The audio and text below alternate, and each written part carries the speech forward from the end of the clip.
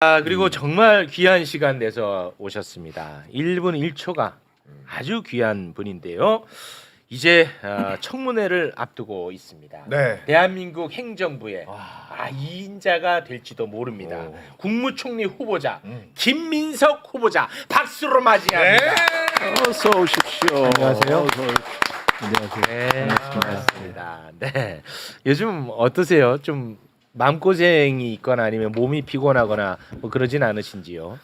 좀 죄송한데 제가 제일 그래도 조금 평화로운 것 같고 그런가요? 사실 제 주변은 죽을 맛인 것 같습니다. 가족들 사람 뭐 아유 그래요. 네, 뭐 사실은 뭐 지금 이제 저희 아내뿐만 아니라 전에 같이 있던 애들 엄마까지 뭐 부른다 뭐 이러니까 전처. 그에다가 뭐 애들한테도 좀 미안하고 네.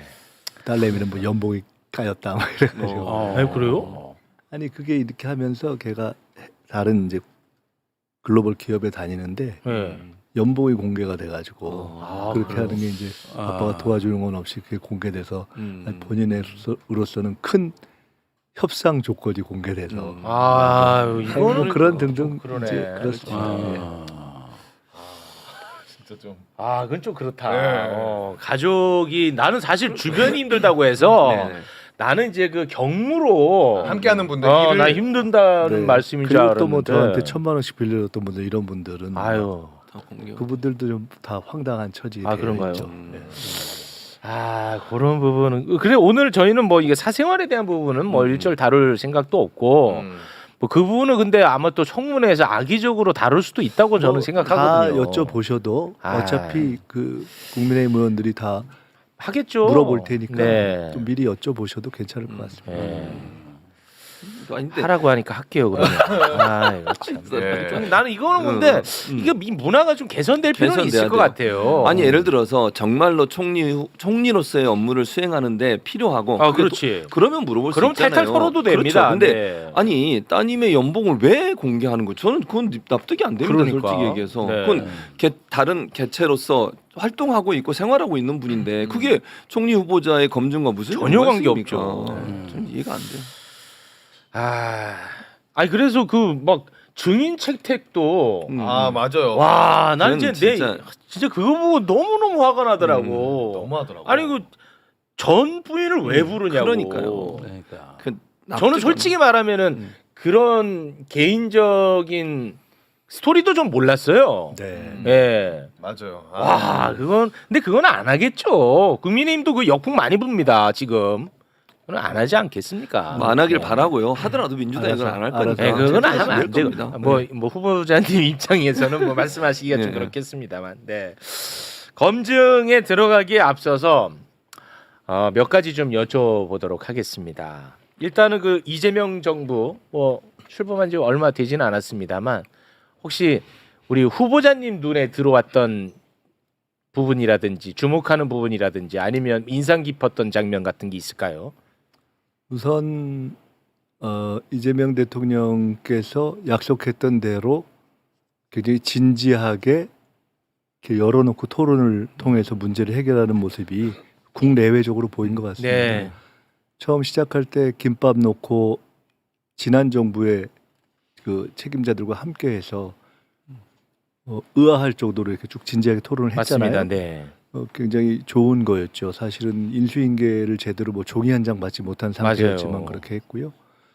그리고 해외에 이번에 G7 나가실 때도 생각해 보면은 대통령 외에 총리도 장관도 새 정부에서는 아무도 임명이 안 된 상황이었잖아요. 그러니까요. 네. 근데 워낙 이제 시급한 상황이어서 나가셨는데 큰 흐름으로 보면 성공했다고 봐야죠. 네. 우리가 흔히 영어로 아이스 브레이킹 이렇게 네. 하면서 일단 분위기를 한번 푸는 걸로 나간 건데 트럼프 대통령은 본인이 이렇게 왔으면 해서 왔다가 본인 사정 때문에 나가셨기 때문에 네. 뭐 자연스럽게 양해를 구하는 입장이었기 때문에 저희로서는 됐고 성의 표시를 다 한 것이고 다른 모든 나라 정상들하고 아주 편하게 관계를 맺을 수 있다는 것을 보였잖아요. 네. 보는 국민도 마음이 안심이 됐고 세계도 한국이 돌아왔구나 이렇게 생각한 것 같고 저는 이재명 대통령께서도 상당히 자신감을 얻었을 것이라고 보는데 실은 저는 그런 상황이 펼쳐질 거라고 짐작하고 있었습니다. 왜냐하면 이재명 대통령께서 당 대표를 하면서 벌써 근 1년 전부터 지속적으로 국내의 거의 대부분의 대사들을 쭉 만나왔거든요. 그러니까 이제 그런 게 몸에 쌓인 겁니다. 이미. 네. 그래서 이미 상당 정도 준비가 돼 있는 것이어서 그러니까 이렇게 전체적으로 된 것이 자연스럽게 우리 최욱 대표님께는 대단히 좀 그렇지만은 전체적으로 주가가 또 반영이 되잖아요. 왜약 올리시면 안 되고요. 제 것도 따라갑니다. 네. 그런데 그 지금 대통령실 직원들은 경무에 시달린다는 보도가 많이 나오고 있어요. 실제로 예. 이번에 순방 같이 갔던 위성락 실장 코피 터졌어요. 그리고 강유정 대변이 머리 산발되고 난립니다 지금. 일단은 지금 원래는 이런 상황에서는 G7이나 예를 들어 지금 거론되는 나토 이런 데 가기가 어려운 거죠. 그거는 왜냐하면 맞죠. 단적으로 얘기해서 경호실이 아직 안정이 안 돼 있는 상황이잖아요. 사실 나가기 쉽지 않죠. 그래서 참모들 사이에서도 가자 말자 하는 논란이 대선 끝나기 전에도 있었습니다. 근데 결국 결단을 한 겁니다. 그래서 굉장히 어려운 상황에서 다른 어떤 뭐 노하우가 전수 안 된 상태에서 나갔으니까 쉽지 않았고 대통령실에 간 분들이 당장 강훈식 또 우리 또 대변인 또 위성락 실장님 이렇게 네. 국회에 계시던 분들이 이것도 대단히 죄송한 말씀인데 국회는 하다못해 목욕탕이라도 있거든요. 네. 근데 그게 없이 가서 제가 들어보니까 강훈식 실장께서 네. 저희가 처음 지명받고 나서 그 다음 일요일 날 1, 2기 지도부 식사할 때 갔어요. 네네. 그때 만나서 들어보니까 사흘 동안 11시간 잤다 그러더라고요. 누렇게 이게 떴더라고요. 너무 그래가. 심하네. 근데 그게 이해가 가요. 아무것도 정비가 안 돼 있고 전 정부에서 어떤 인수인계도 안 해줬고 뭐 완전히 황무지 같은 상태에 들어갔기 때문에 모든 걸 새로 세팅해야 되는 단계. 정상적으로는 그 세팅에 거의 한 달 이상이 걸리는 단계에 있기 때문에 와. 굉장히 어려운 환경에서 그래서 굉장히 힘들 겁니다. 네. 이제는 뭐 어떻게 될지 모르겠으면 남일이 아닐 수 있잖아요. 네. 각오가 돼 있으시겠죠. 근데 대통령실이 더 험지인 것 같아서 제가 거기를 좀 피하는 것이 다행이 아닐까 이렇게 네. 생각하고 있습니다. 근데 제가 이 굉장히 무식해서 오늘 총리 후보자 나오신다고 해서 총리가 뭐 하는 자리인지 솔직히 딱 안 떠오르잖아. 저 잘 모르. 우리 준비하면서 이렇게 찾아봐 총리가 뭐 하는 네. 자리인지. 근데 이런 거 하는 자리던데 한번 좀 볼까요, 총리? 네. 네. 총리로. 아니 왜 이걸 해? 이런 거예요? 이 총리. 이 총리 역할이 뭐죠? 그게? 잼버리 때. 잼버리. 잼버리 때. 예. 그렇죠. 잼버리 때 이거 했었죠. 덕수크림. 자신 있으실까 제가 걱정이 돼갖고. 아니 저게 저도 사실은 국무총리가 될 거라고 네. 제 인생에 임명직이 있을 거라고 한 번도 생각을 못 해봐서 최근에 이제 좀 생각을 정리를 했는데 그 전에는 저희가 보통 알기를 옛날에는 기억하실지 모르겠는데 무슨 목욕탕 가는 총리 뭐 이런 것도 있고 또 보통 이제 어떤 일이 있으면은 재난 상황이라든데 많이 챙기고 또는 대독 총리 이런 게 있었잖아요. 네 맞아요. 그러니까 나쁘게 폄하한다면 대통령이 가야 될 행사에 대신 가서 축사를 대신 읽거나 네. 아니면은 이렇게 어떤 목욕탕 같은 데 가서 보통 민심을 살피거나 아니면 어떤 저런 행사 또 어떤 어려운 상황이 있을 때 산불이나 이런 홍수일 때 가는 그런 것들을 주로 하는 것인데 네. 근데 그것도 본질적인 역할이 담겨 있다는 생각이 들더라고요. 뭐냐면은 우리 헌법과 법률에 의하면 대통령의 명을 받아 행정각부를 통할하는 것이거든요.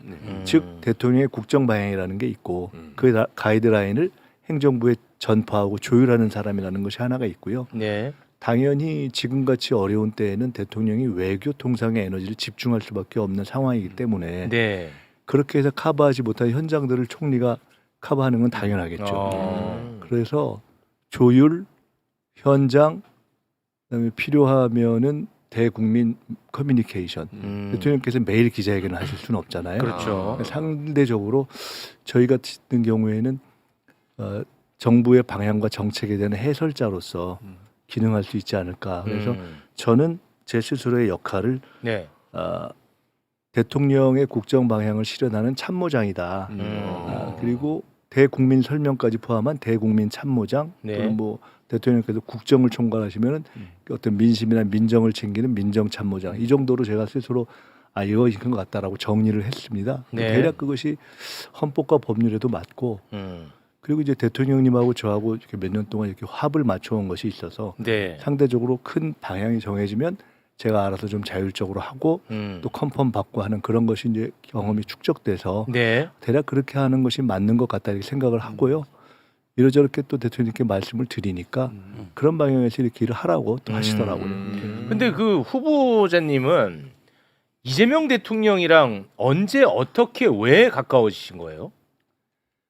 이미 잘 아시지만은 이제 인생으로 따지면은 나이도 같고 학교는 다르지만 학번도 같고 걸어온 길은 다른데 처음 가깝게 안 것은 정세균 당 대표 시절에 네. 저는 원외 최고위원을 하고 대통령님께서는 처음으로 이제 성남시장이 되실 때 그때 제가 지방선거 총괄본부장이었어요. 근데 그렇게 하면서 그냥 이렇게 멀리서 보고 또 부대변인도 하셨으니까 그렇게 호감을 갖고 있던 사이였고 그 이후에 제가 원외에 있을 때 성남시장 경기도지사 이렇게 하시면서 뭐 단식 이런 거 할 때 참 맞는 것 같다 이렇게 생각해서 제가 방문도 하고 맞다는 게 뭐죠? 맞는 일을 하시는 것 같다 이런 아, 그러니까 네. 특별한 인연은 없었지만 그리고 옳은 길을 간다. 대선 후보로 해서 낙선을 했을 때 저는 우리 당에 저런 정치인이 있는 것이 좋겠다 싶어서 저는 조금 이렇게 진보적인 걸 좋아하니까 네. 그래서 그때도 응원도 하고 뭐 이런 정도의 인연이 있었고요.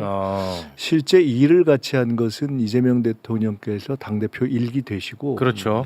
그때만 해도 소위 사법 리스크 때문에 좀 어렵고 당내에도 안착이 안 될 때 지도부 구성이 잘 안 될 때 제가 자원해서 정책위 의장을 하겠다고 말씀드리고 그리고 대통령도 좋다고 하셔서 그때 1기 지도부를 구성할 때 조금 제가 역할을 했고요. 아, 그랬군요. 그 전에는 또 지방선거의 책임론을 둘러싸고 제가 그 당시에 당 대표 출마하실 때 대통령님을 꽤 강하게 비판한 적도 있습니다. 근데 이제 그때 저희 방에 오셔서 나는 그러니까 편하게 말씀하시면 그래도 기본적으로는 제가 그다음에 큰 흐름에서 우리 대통령의 정치 노선 이런 거에 대해서 우호적이라는 걸 안다 이런 말씀도 서로 나누고 그랬는데 네. 어쨌든 그랬고 그러나 대표가 되신 이후에 지도부에 제가 참여했고 그래서 정책위 의장 총선 때 대표와 상황실장 실무 총괄하는 그리고 대표와 수석 최고위원 이렇게 거의 한 2, 3년은 가장 가깝게 합을 맞춘 거죠. 그러니까 일을 하면서 맞춘 사이고 네. 그 이유가 저도 계보 정치를 안 하고 대통령께서도 계파 정치를 안 하고 저도 실무형이고 대통령께서도 실물로 철학이 저도 좀 집단지성과 당원 주권 또 대통령 그런 결이 비슷해서 특히 지난번 국회의장 이후에 파동 났을 때 그때 이후에 해법을 얘기하면서 제가 앞으로 원내대표나 국회의장 선거에도 당원 의견을 반영하는 것이 좋다는 의견을 처음 제시 10% 이상 룰을 제기하고 이런 등등의 과정을 거치면서 그것 때문에 민주당 정치인들 지금 너무 힘들어요. 예, 저도 너무 힘들어. 힘든 거예요, 진짜. 진짜 네, 힘들어요. 그래서 제가 그때 사실 저도 근데 네. 의원들로부터는 좀 이게 눈총을 받겠다고 생각하면서 너무 힘들어하더라고요. 어렵게 제안한 건데요. 네. 그때 그것이 굉장히 좋다고 말씀하셨어요. 그러니까 그런 철학의 결이 같아서 네. 보면 뭐 철학의 결이나 스타일이나 이런 것이 비슷한 것 같고 일을 하다 보면은 별로 안 맞춰봐도 결과적으로 비슷한 방향인 경우가 많아서 네. 그렇게 해서 가깝게 된 것 같습니다. 제가 뭐 개파 잠깐- 정치를 안 한다. 그렇죠. 우리 근데 저희 셋이 같네요. 그러면 셋이. 내가 안 하고 묻어가려고. 침묵질 안 하고 묻어가려고. 개파 정치 안 하고. 근데 제가 그냥 침묵질 안 하는 사람. 건너 들은 얘기는 네. 이재명 대통령께서 우리 김민석 후보자님을 정책적 부분에서 가장 뛰어난 인물로 인정을 하신 것 같아요. 그래서 정책 의장도 하셨지만 정책 대안을 내고 있는 이런 부분에 있어서는 이재명 당시의 대표께서 가장 신뢰하고 많이 의지했던 분으로 제가 알고 있거든요. 제가 정책 의장을 하고 바로 다음 날부터 예를 들어 1,000원의 아침밥, 그 뒤에 뭐 경로당 주호일 점심, 또 그 전에는 제가 총선 때 사실은 민생지원금, 그다음에 1, 2, 3, 4, 5, A, B, C, D 네. 이런 것들을 쭉 이렇게 말씀드리고 그런 것이 또 성장 중심 이게 맞아요. 그런 것도 생각이 많이 같았던 것 같습니다. 네, 알겠습니다. 뭐 더 이상 말씀 듣고 싶지 않다고 끊어버리시네요. 네, 알겠습니다. 자, 그러면 깔끔했습니다. 지금부터 이제 어쩔 수 없습니다. 지금 사실은 앞으로 총리가 되신다면 어떤 일을 밀고 나갈 것인지 앞으로의 목표가 뭔지 뭐 이런 이야기를 하고 싶습니다만 지금 우리 총리 후보자님과 관련해 가지고 언론 찾아보면 지금 난리거든요. 네. 그리고 국민의힘도 지금 난리고요. 네. 주진우 의원 페북 가보면 나는 그 김민석 후보 페북인 줄 알았어. 다 김민석이야, 다. 네, 그래서 이 부분을 다루지 않을 수 없습니다. 네. 지금부터는 좀 한번 다뤄보도록 할게요. 준비되셨죠? 네, 네. 네. 지금 제기되고 있는 의혹을 이제 하나하나 좀 살펴볼 텐데 다 다룰 수는 없고 시간이 이제 벌써 많이 지났기 때문에 네. 쉽고 간단한 순으로 아, 좋아요. 시간 되는 한 한번 해보도록 하겠습니다. 먼저 첫 번째 거짓 학위 의혹. 여기 이제 별칭 슈퍼맨 의혹이거든요. 김민석 네가 무슨 슈퍼맨이냐 뭐 이런 거예요. 네, 네. 2010년 7월 15일 중국 명문대죠 칭화대 법률 석사과정 법학 석사학위를 취득했어. 칭화대. 2010년 7월에 네. 칭화대에 석사학위를 취득을 했습니다. 그런데 이거를 딱 보고 국민의힘이 바로 그냥 공격 들어옵니다. 어떻게 공격 들어오냐? 김민석이 너 2010년이면 민주당 최고위원 할 때인데 네가 어떻게 중국 명문대 칭화대에서 석사학위를 그것도 최고위원을 하면서 그거를 땄다고? 요거 너 뭔가 거짓말을 하고 있는데 특혜라든지 아니면 뭐가 있지 않고서는 이건 불가능하다. 슈퍼맨 아니고서 이게 어떻게 가능하겠냐? 이렇게 된 거예요. 그래서 슈퍼맨이 붙었구나. 그렇습니다. 자, 관련 의혹 제기 송언석 원내대표도 지금 계속 하고 있는데요. 잠깐 영상으로 보고 오겠습니다. 김민석 후보자는 2010년 당시 출입국 기록을 즉각 국민 앞에 공개할 것을 촉구합니다. 출입국 기록을 공개하지 않는다면 국민들은 김민석 후보자가 칭화대에 다녔다는 해명 자체를 거짓말로 간주할 것임을 분명히 알아야 할 것입니다. 자, 출입국만 기록만 공개해라. 그러면 이건 끝내줄게. 이거죠? 네. 맞죠? 네. 공개했어. 하셨어요? 공개를 해버렸어. 했어요. 근데 왜 공개를 하니까 네. 내가 솔직히 얘기하면 문제 제기한 사람들이 솔직히 말하면 타당한 문제 제기야. 나도 이거를 보고 깜짝 놀랐어요. 네. 어떻게 이게 가능한가? 이게 지금 2005년부터 2018년까지 출입국 기록을 공개를 했는데 네. 우리가 볼 거는 이제 2009년 부분만 보면 됩니다. 2009년. 2009년. 왜냐하면 이때 이제 석사학위를 취득을 한 거니까. 네. 근데 이때 보면은 2009년 4월 6일이 월요일인데 월요일에 떠나가지고 4월 9일 목요일에 돌아오고 다음 주 되면 또 월요일에 갔다가 또 목요일에 돌아오고 막 네. 그래요. 이게 어떻게 가능한가? 그리고 당시 최고위원이었고 네. 이제부터는 우리 후보님이 설명 부탁드립니다. 우선 저 때가 미국에서 법무박사과정 JD 3년 그것을 1년을 스터디 어브로드라는 것으로 통상은 미국 로스쿨이 여름방학 때 한 2과목 정도 인정하는 것을 제가 미국 로스쿨의 학장을 설득해서 저는 미국에서 변호사를 할 사람이 아니다.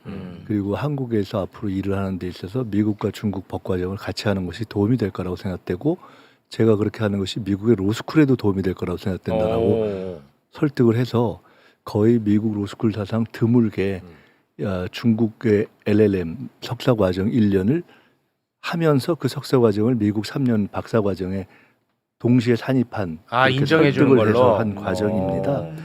그래서 제가 최고위원을 할 때 월수금 최고회의가 있지 않습니까? 아시다시피. 근데 월수금 중에 통상 그때는 원외여서 주로 발언하는 거 외에는 제가 큰 일이 없고 네. 그래서 수요일을 통상 화목의 수업이 보통 있으니까 월수 수요일 한 번 수업 최고회의를 빠지고 네. 월요일 최고회의 끝나고 가서 화목 수업을 듣고 와서 월금 회의를 하는 것을 메인으로 하고 경우에 따라 수요일 날 최고위를 해야 될 때는 네. 월요일 수업을 빠지고 음. 뭐 목금 뭐 이렇게 해서 하는 방식으로 일단은 해서 그래서 저게 월수금에 가서 이렇게 혹은 이틀 혹은 나흘 이렇게 된 거고요. 그러니까 들어보니 비현실적이잖아. 아니, 어디 그러니까 가평가니 이것만큼은 송원석 뭐라고 하지 말라는 거야 나는. 네. 아, 그리고 이거 이제 타당한 나는 의심이었다고 봐요. 네, 그리고 또 그건 맞잖아요. 기분 안 나쁘시죠? 그럼요. 그럴 네. 수 있습니다. 또 하나는 좀 말이 안 돼. 저는 그렇게 했는데 네. 말이 안 된다고. 근데 누가 그러더라고. 최근에 어떤 분은 자기가 대전에 가서 수업을 하는데 숙박 한 달에 매일 3만 원짜리 숙박해서 간다. 그리고 일본에 있는 분이 와서 자기 수업을 왔다 갔다 비행기를 탄다. 이런 얘기를 하고 저는 사실 그때 속으로 생각은 옛날 독립운동하던 선배들이 서울과 평양과 연해주와 뭐 상해 이런 데를 무대로 다녔던 선배들이 우리보다 더 글로벌하지 않았나? 이런 생각을 하면서 그때 다녔던 기억이 있고요. 그러면 이제 아니 그게 비행기 값하고 숙박을 도대체 어떻게 했냐 이렇게 네. 질문이 나오잖아요. 그 얘기도 또 나오더라고요. 그때 에어차이나가 민항으로 거의 초반이었는데 에어차이나가 아침 비행기가 거의 텅텅 비어 다닐 때였습니다. 아, 그래서 그걸 쌌군요. 타면 그러면. 누워 다닐 수 있었을 때예요. 그래서 그거를 10번, 20번 이렇게 해서 많이 타다 보면은 이거 좀 여러 장 이렇게 해서 싸게 구입. 굉장히 싼 값에 제가 사실 거의 안 타는 걸 몇십 장씩 해서 다닌 거예요. 네, 그리고 네. 숙박도 사실 보통 중국 유학에 가면 대학생들이 대부분 저보다 좋고 비싼 집에 살았습니다. 근데 네. 저는 주 2회 정도 계산을 해봤어요. 한 달 빌리는 것과 주 2회씩 4번 가면 8번이나 9번 자는 거잖아요. 네. 학교 앞에 있는 이름은 호텔, 실제는 여관. 예. 그거 가서 빈방 하나 딱 해가지고 매니저한테 얘기해서 야 내가 9번 오는데 요렇게 해서 날짜 요렇게 찍어주고 요렇게 올게 해서 평균 한 2만 원 정도 아, 그때 저렴하게 돈으로 하셨다. 그렇게 네. 하고 그때만 해도 벌써 시간이 10여 년 전이어서 우리나라 중국에서 자전거를 타고 다닐 때잖아요. 자전거 우리 돈으로 10,000원 정도 할 때거든요. 네. 자전거 저도 한 2번 정도 저 후보자님 잃어버려봤는데 정리해 그럴 주세요. 때입니다. 네. 그럴 예, 정리해 주세요. 지금 할 게 너무 많습니다. 그냥 그렇게 후보자님. 했고 네. 오늘 보니까 논문 갖고도 시비가 있는 모양인데 논문도 꽤 독창적으로 썼습니다. 그래서 다 해서 한 네. 겁니다. 네. 근데 자꾸 나한테 그 송원석 쉴드 친다고 난리인데 아니 이거 솔직히 이거 의심할 만하지 않나? 너무 너무 비현실적이잖아. 예. 아니, 그리고 실제로 이 얘기가 나오고 방송 많이 하는 사람들이 방송에서 이 말도 안 된다고 막 조롱하고 그랬거든. 그거 잠깐 한번 볼래? 아, 예. 그거 잠깐 한번 듣고 오겠습니다. 비행기 값, 차비, 그리고 정말 어떻게 공부했는지 그런 것들 다 해명해야 되는데 이건 초능력자 슈퍼맨 아니면 못해요. 그럼 이 자금도 어떻게 났냐. 이것도 해명 제대로 해야 되는데 나는 했다니까 믿어달라고. 어떻게 믿어요? 칭화대에 대해서 뭐 일주일에 2번, 3번을 갔는데 예를 들어 출입국 기록이 맞지 않으면 이런 것들이 별거 아님에도 불구하고 치명적일 수 있어요.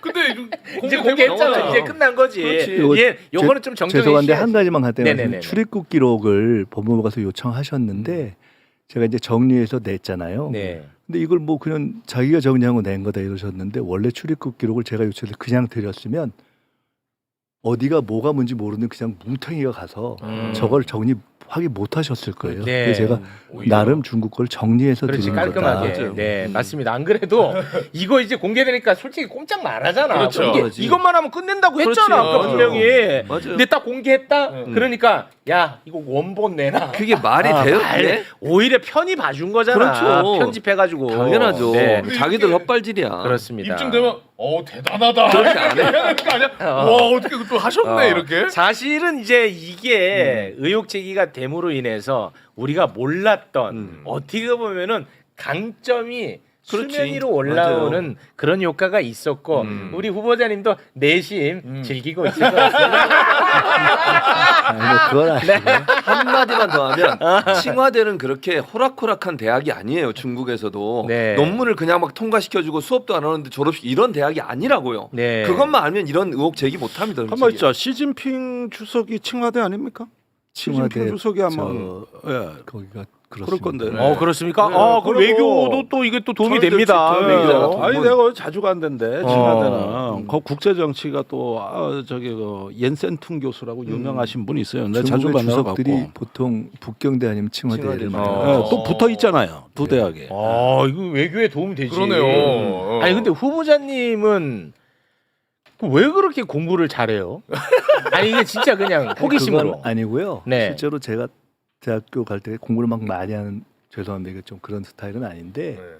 하다 보니까 제가 18년을 정치 낭인이었죠. 네. 정말 저는 생각 못했는데 하다 보니까 그래서 미국하고 중국에 가서 가방끈을 늘리게 됐고 또 하나는 정치하는 분들이 보통 외국 가면 연수를 하잖아요. 그리고 이제 근데 저 스스로도 골프를 안 치고 같은 시간이면 연수가 아니고 학위를 하자 이렇게 해서 다 전세금 털어서 공부해서 학위하고 그런 식으로 하다 보니까 이렇게 됐습니다. 이 설명이 되나? 그럼 우리로서는 네. 이게 설명이 안 되거든. 그렇죠. 이게 왜 안 됩니까? 설명이 됩니까? 설명됩니다. 식자층끼리 또 얘기가 통하네. 일반적으로 제가 설명이 미국에 되나? 대학에 있을 때도 한국에서 이렇게 연수 오시는 분들이 있거든요. 근데 저런 케이스가 있어요. 그러니까 지금 후보자님처럼 이왕 하는 거 네. 석사 과정을 하겠다고 하는 사람은 정말 소수지만 있어요. 야. 1년 있는데 어차피 그러면 석사학위를 하고 가지 뭐하러 연수는 그냥 사실은 와서 청강하고 골프 치고 가는 거거든요. 난 근데 이제 모르겠어. 후보자님처럼 저런 생각을 갖고 있는 분들이 가끔 있어요. 귀하긴 하지만 그래서 학위를 받고 온 사람도 많아요. 야, 우리는 시간 남으면 풋살이나 한 게임 더 하고 소맥 한잔 쫙 하고. 얘기하지 마, 부끄럽게. 야, 그럼 나 무시할 거 아니야. 지금 검증의 칼날 들어가는데. 아이 드리블은 더 낫잖아. 네. 자, 그리고 다음 의혹으로 넘어가 보겠습니다. 60대 노부부 투서 사건인데요.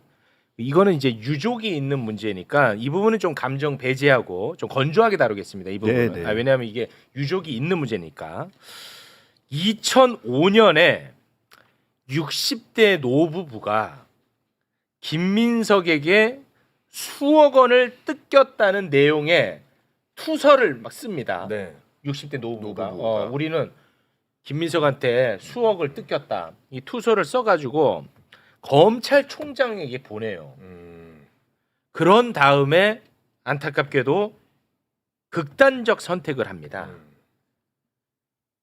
그런데 이 내용이 2008년 월간 조선을 통해서 공개가 돼 버립니다. 네. 한참 지나서 이렇게 보시죠. 네. 2008년에. 예, 김민석이 대출을 알선해주고 수억 원의 정치 자금 뜯어가라고 이게 2008년에 보도가 됐습니다. 네. 근데 이번에 이제 이 문제가 다시 또 불거지고 있는 거예요. 와, 근데 이거 딱 월간조선 헤드라인만 봐도 솔직히 좀 무시무시하잖아요. 네, 네, 그리고 네. 뭔가 좀 심상치 않은 것 같다라는 생각이 좀 드는데 이 부분에 대해서는 좀 건조하게 있는 네. 그대로 좀 설명을 부탁드립니다. 결론부터 말씀드리면 저 부분에 대해서는 저도 유족과 자손이 있는 문제이기 맞습니다. 때문에 네.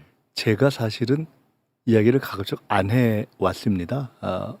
다 연관자들이 있잖아요. 그래서 그렇고 그리고 또 하나는 만약에 대한민국에서 대명천지에 저 정도 알려진 사람이 보통 사람이라 하더라도 실제 저런 일이 있다면은 제가 살아 있겠습니까? 네. 그리고 자식 자제분들이 가만히 가만히 있겠군요. 있겠습니까? 네. 그리고 제가 들어보니까 누군가 극단적 선택을 하면서 투서, 특히나 검찰총장한테 투서를 하면은 그거는 관례상 검찰은 100% 진실로 받아들인답니다.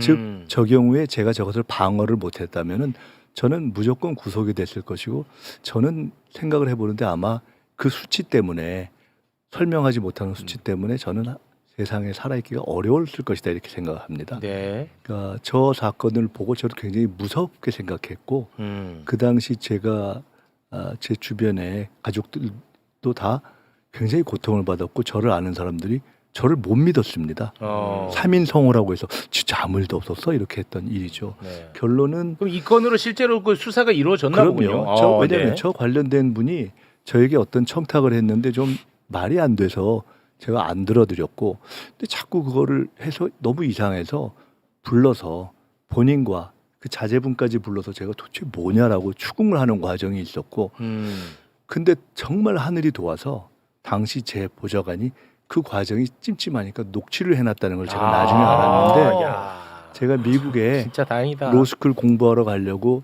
원룸을 얻어서 공부하고 있을 때 문자로 본 거예요. 누가 그렇게 극단적 선택을. 제가 너무 놀랐고 무서워서 저도 정말 밤에 잠을 자기가 어려운 상황이었는데 당연히 검찰에서 전화가 왔고 그래서 제가 빨리 불러달라고 해서 가서 그냥 복잡한 얘기 할 게 없죠. 녹취록을 풀어서 보고 판단해달라. 그래서 그래서 결론은 아무것도 없잖아요. 그러니까 그냥 정리가 된 사건인데 와. 즉 다시 말씀드리면 그래서 저도 참 인생의 소설 같은 일을 많이 겪었지만 소설 이상의 일이었고 와. 너무 무섭고 네. 저도 지금도 생각하고 별로 쉽지가 않습니다. 왜냐하면 그때 관련돼서 제 주변 가족이 너무 고통을 받았기 때문에 근데 제가 정말 분노한 것은 쉽게 말하면 말씀은 제가 복잡하게 드렸지만 아무 일도 없어서 누가 그걸 시비했는데 아무 일도 없는 것으로 당연히 정리된 사건이잖아요. 그렇죠. 투선은 있었지만 아무 일도 없는 거잖아요. 그렇죠. 근데 그 이후에 검찰이 저한테 표적 사정을 한 일이 있었는데 그걸 제가 그에 대해서 저항하고 있을 때 월간 조선에 저게 나온 거예요. 그래서 제가 너무 황당하고 저것은 결국은 검찰반 아무리 아니야? 생각해봐도 아무것도 없는 곳으로 먼지가 쌓여서 어딘가 갖고 있었을 저도 저 투서를 못 봤거든요. 와, 그러네. 그렇기 때문에 그런 캐비넷에 있었을 것이 분명한 것을 그냥 검찰에 누가 월간 조서에 줬겠죠. 그 월간 조서는 그거를 알거나 또는 모르거나 또는 그 정도 됐다면 정상적이라면 이미 법적인 판단을 받았어야 될 저에 대한 의문 한 번 안 갖고 와. 언론에 보도한 거죠. 그걸 언론이라고 보기 저는 어렵다고 봅니다. 그래서 저는 아니 죄송한 검찰이 더 문제죠. 아니 지들이 수사를 내서 아무 문제 없다고 털었는데 이거를 만약에 진짜 언론에 흘렸다면 진짜 나쁜 놈들이죠. 그래서 저는 저 경우를 저런 일을 하는 검찰을 정당한 사법기관이라고 보지 않고 네. 그런 걸 받아서 보도하는 집단을 쓰레기라고 봅니다. 예. 시원하다, 그런데 시원해. 그래서 제가 그때 너무 분노해서 기자회견을 해서 권력의 개라고 제가 검찰을 불렀던 적이 있는데 원래 그 당시에 제가 어떤 사건으로 막 조사를 받으려고 하는 참인데 불구속 기소가 될 사건인데 권력의 개라고 했던 것 때문에 구속 기소가 됐었습니다. 몇 달 있다 나죠. 제가 해방 이후에 권력의 주구라고는 해도 권력의 개라고 한 건 제가 처음이라 그래서 그 이후로 제가 앞으로 한자를 써야 되겠다 이렇게 그때 생각을 했었습니다. 어쨌든 그러한 사건입니다. 주구가 더 나쁜 말 아니야? 그래서 권력이 개보다. 그래서 저는 한마디로 저 사건은 정치 검찰이 어떤 식으로 사냥이나 작업을 하는지를 보여준 음해 사건이라고 보고 심각하네. 사실은 이번 청문회를 할 때 그래서 제가 혹시 가능하다면은 그때 당시에 검사들 그리고 저걸 보도했다는 그 잡지 관련자들 불러달라고 제가 사실 요청을 했었습니다.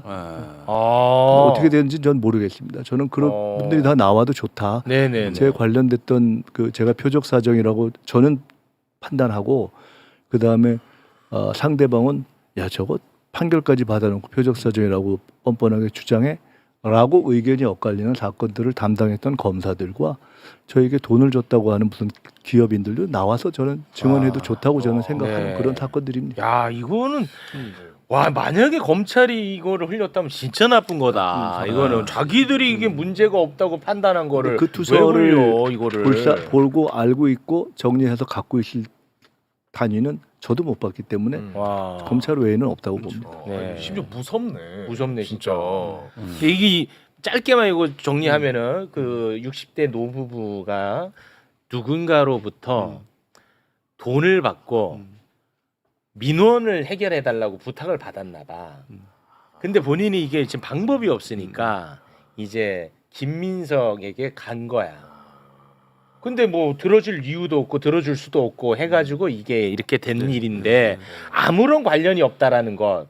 그 노부부에게 돈을 준 사람조차도 김민석이는 이 건과 관련이 없다라는 걸 알았다는 거 아닙니까, 그죠? 그렇습니다. 네. 당연히. 그러니까 깔끔하게 해결된 거야.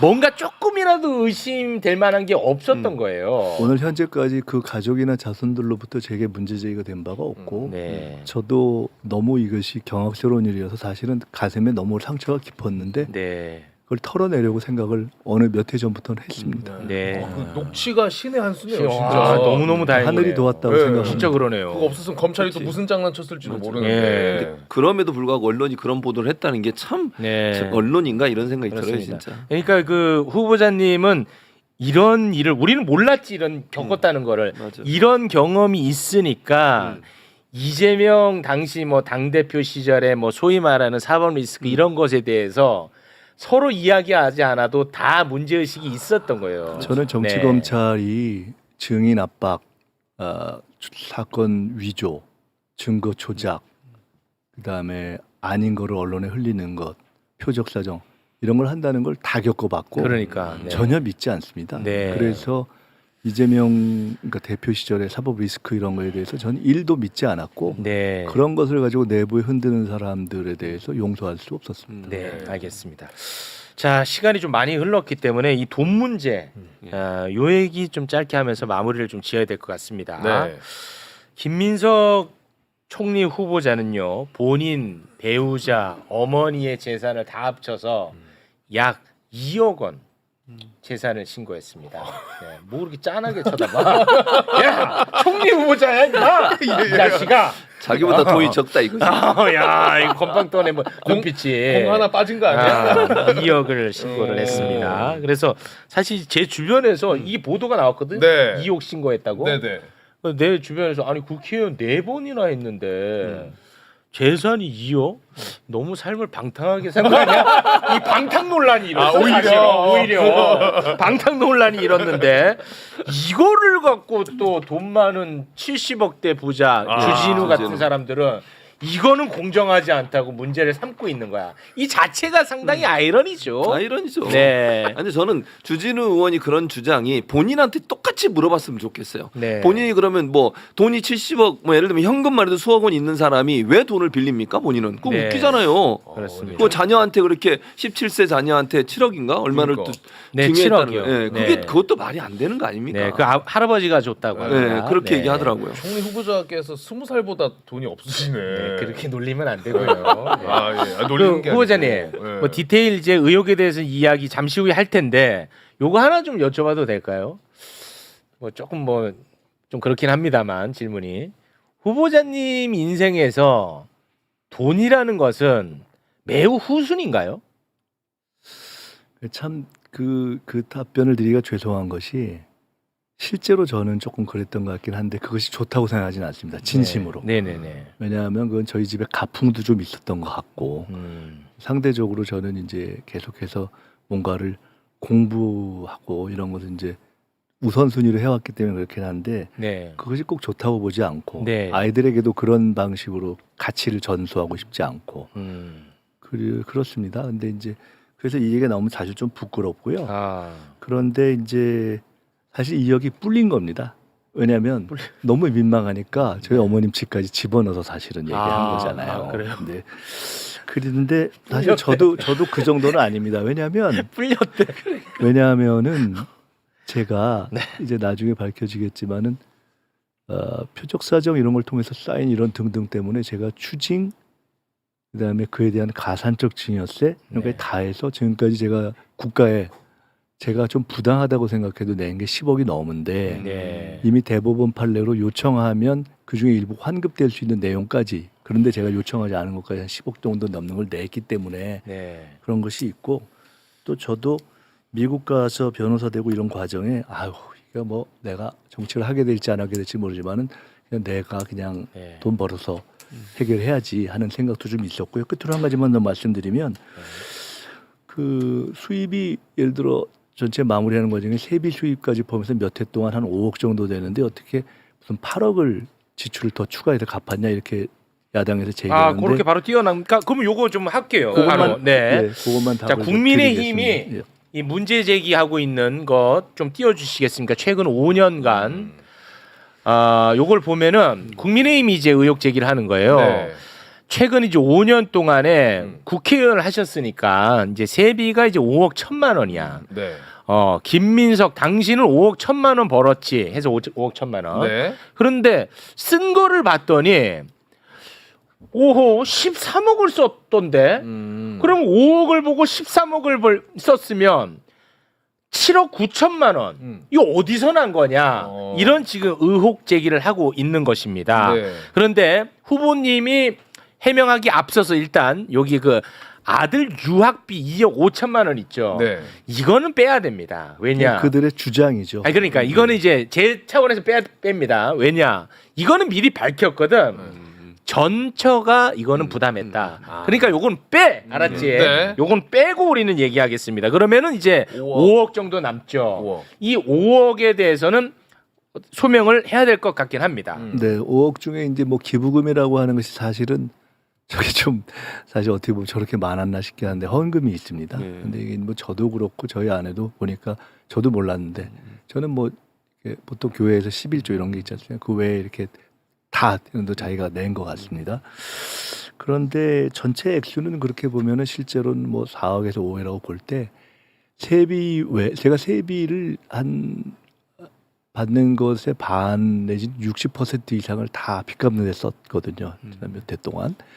근데 이제 그 사이에 제가 재혼을 했기 때문에 결혼도 하는 축의금도 한 번 있었고요. 네. 그리고 뭐 애사가 있었습니다. 장인어른. 그래서 조의금도 있었고 또 출판기념회가 2번 있었기 때문에 사실 그런 식으로 따지면 통상 4번 정도의 그렇게 그냥 이렇게 이 부주가 오는 그런 행사가 있었습니다. 네. 근데 이제 그거를 놓고 저걸 보면서 야당에서 뭐 몇 억을 그럼 집에서 쌓아놓고 했다 이러는데 그 말도 안 되는 얘기잖아요. 네. 그해 그때 들어온 걸 가지고 처리하고 법상으로는 제가 말씀드린 그런 것들이 다 법상으로는 그 해에 들어와서 그 해에 쓰면 법적으로 신고하게도 안 되어 있고 그걸 증여세를 내는 것도 아니고 그리고 국회의원 재산 신고에도 안 들어가는 것인데 그때 그렇게 다 처리한 겁니다. 그래서 큰 틀에서 보면은 저 또한 국민의힘에서 문제 제기를 하시는 것이 큰 의미는 없다. 지금 사실은 제가 아까 그 문제 제기하시는 어떤 의원님의 아이보다도 제가 지금 재산이 작잖아요. 근데 그 집은 보니까 제 애는 그거를 저는 그냥 민망함을 참을 수 있는데 우리 애 예금하고 거기하고 비교해서 너무 미안하더라고요. 그러지 마세요. 뭐 하여간 그래서 그러지 마세요. 뭐 그냥 그런 정도로 설명이 다 될 수 있는 일이다. 아, 그래서 네. 구체적인 디테일은 막 일까지 맞추자면은 또 워낙 시비를 거니까 시비가 없도록 다 맞춰서 정해진 시간 안에 지금까지는 야당에서 요구하는 정해진 시한까지 안 낸 바가 없습니다. 네. 자, 그때까지 맞춰도 다 낼 수 있도록 하고 제가 사전에 워낙 예상컨대 워낙 이것저것 하고서 막 뭉게구름을 피워서 의혹하고 끝낼까봐 사전에 하나씩 설명을 드린 겁니다. 네, 알겠습니다. 아, 제가 오늘 공부 많이 해왔는데 이거 하나도 못했네. 뭐 11명에게 1억 4천만 원 이제 빌렸다고 하니까 이제 이걸 어떻게 문제 제기했냐면 돈을 빌렸다고? 야, 빌렸으면 차용증이 있어야 될 거 아니야? 어디서 거짓말을 했어? 네. 근데 차용증이 나왔어. 아, 나왔어요, 그러니까 야, 11명이 어떻게 차용증 양식이 다 똑같아? 이걸로 문제 삼는 거야. 근데 한 번에 다 빌렸으니까 양식이 같은 거야. 그렇지. 이런 식으로 지금 하나씩 아까 해명을 해나가고 말씀드린 있는 거죠. 증여세가 워낙 가산이 돼서 한 번에 갖지 않으면 방법이 없어서 같은 이율로 해서 한 후보자님, 겁니다. 이 증여세라고 하면 마치 부모님한테 증여를 받은 것 같이 그게 아니고. 잠깐 요건 제가 설명을 해야 돼. 네. 이 청문회에서도 이 얘기가 계속 나올 테니까 네. 요 정도만 정리하고 오늘 마무리 짓겠습니다. 깔끔하게. 네. 지금과는 이제 정치자금법이 달랐던 시기에 우리 후보자님이 뭐 서울시장 출마도 하고 막 그랬어. 네. 그때는 이제 중앙당에서 돈을 받아가지고 출마를 하는 거예요. 본인이 하는 게 아니고. 네. 그런데 그 중앙당 차원에서 영수 처리를 잘 못한 거야. 그래서 이제 그게 문제가 돼가지고 아무튼 그 추징금을 이제 물게 됐어요. 추징금 청구가 떨어졌어. 네. 근데 이건 나도 이번에 공부하면서 알았는데 추징금이 떨어지면 추징금도 내야 돼. 일단 추징금 내야 돼. 네. 근데 불법적으로 너가 없던 돈을 그러니까 돈을 받은 거잖아. 네. 불법적으로 돈을 받으니까 이거는 너가 불법적으로 증여를 받은 거다 해서 증여세도 매기더라고. 추징금에 대해서. 추징금에 대해서 예, 맞아요. 증여세를 또 매겨. 그래서 추징금 플러스 증여세도 있어. 근데 증여세에 가산세가 또 엄청 많이 붙어요. 한꺼번에 안 갚으면. 예, 내가 보니까 그래서 증여세라는 단어가 나오는 나온 거야. 거야. 부모님한테 무슨 전혀. 재산을 물려받고 한 게 전혀. 아니고 네. 이게 나중에 이게 헷갈릴 수 있어서 네. 미리 말씀을 드리는 아주 겁니다. 짧게 말씀드리면 네. 그게 전두환 씨 같은 사람들이 추징금을 안 내니까 압박하려고 만든 제도인데 제도가. 그런 사람들은 추징도 안 내고 증여세도 안 내니까 끝. 저 같은 사람은 억울하지만 다 내야겠다고 생각하니까 추징하고 거기다가 또 그러니까 저같이 제같이 적용된 케이스가 드뭅니다. 근데 그 가산 그것까지 냈는데 이게 너무 크니까 추징을 내면서 그 다음 세금을 내는 건 불가능한 거예요. 무조건 그래서 가산세를 먼저 낼 수밖에 없는 상황이었고 네. 그걸 내고 추징을 내야 되는 상황이었는데 근데 그 안 내는 분들은 그냥 안 내고 마는 거니까 내는 사람이 죽겠더라고요. 그래서 제가 그걸 갖고 너무 힘들어서 세무서에서도 이거를 어머니 집을 담보로 해서 내가 다 낼 테니까 분납하자고 했는데 안 들어주더라고요. 그래서 진짜 그렇게 됐던 사안이고 네. 그래서 법적으로는 나중에 결과적으로 추징도 내고 세금도 다 낸 사람은 그 세금을 환급해 준다는 판례가 확립되어 있더라고요. 근데 제가 그거를 환급 신청을 안 했습니다. 너 국가비 깎고서 또 환급 받았냐 할까봐 사실은 속쓰리지만 현재까지는 신청을 안 한 상태입니다. 네, 참고로 말씀드리면 2024년 2월부로 모든 추징급 그리고 증여세 완납을 한 상태입니다. 그렇습니다. 예. 그 개인 채무까지도 다 완납. 개인 채무, 개인 채무는 어떻게 그러면 완납했느냐? 이제는 국회의원이고 네. 또 이렇게 또 후보자 너무 좀 잘 되셨잖아. 네. 그러니까 이게 지금 대출이 또 돼요. 그래서 아직 잘 안 됐어요. 아니 그러니까 옛날이랑 또 달라졌으니까 옛날엔 대출이 안 됐어. 네. 그러니까 주변 지인들한테 빌렸어. 그 근데 이제는 또 출세했잖아. 그러니까 이게 대출이 돼. 신용 대출은 예. 1억 정도는 되죠. 예, 그래서 대출 받아가지고 사인간의 채무를 갚았다. 이렇게 끝. 네.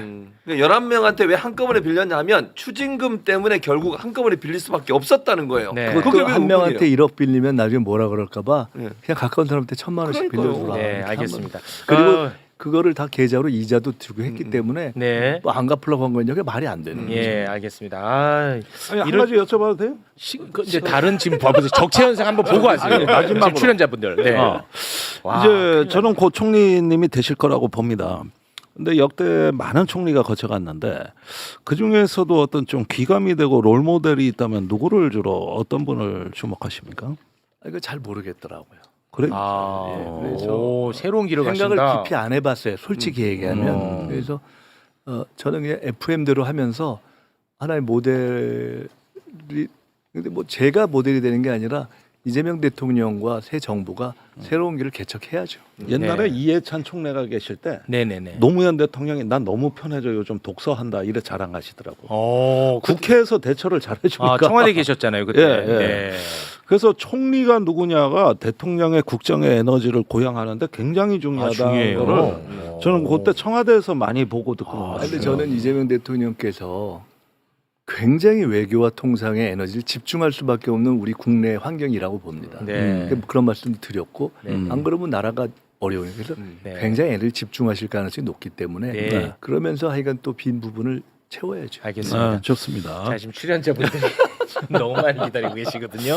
네, 우리 후보자님과는 여기서 인사를 좀 네, 나눠야 될 것 같습니다. 죄송합니다. 아, 저도 속상해요. 준비한 거에 그러니까. 비해서 10분의 1도 못했어. 네. 네. 아무튼 이제 곧 청문회가 있을 테니까요. 그때 잘 해주시길 바라겠습니다. 지금까지 김민석 총리 후보자였습니다. 대단히 고맙습니다. 고맙습니다. 수고하셨습니다.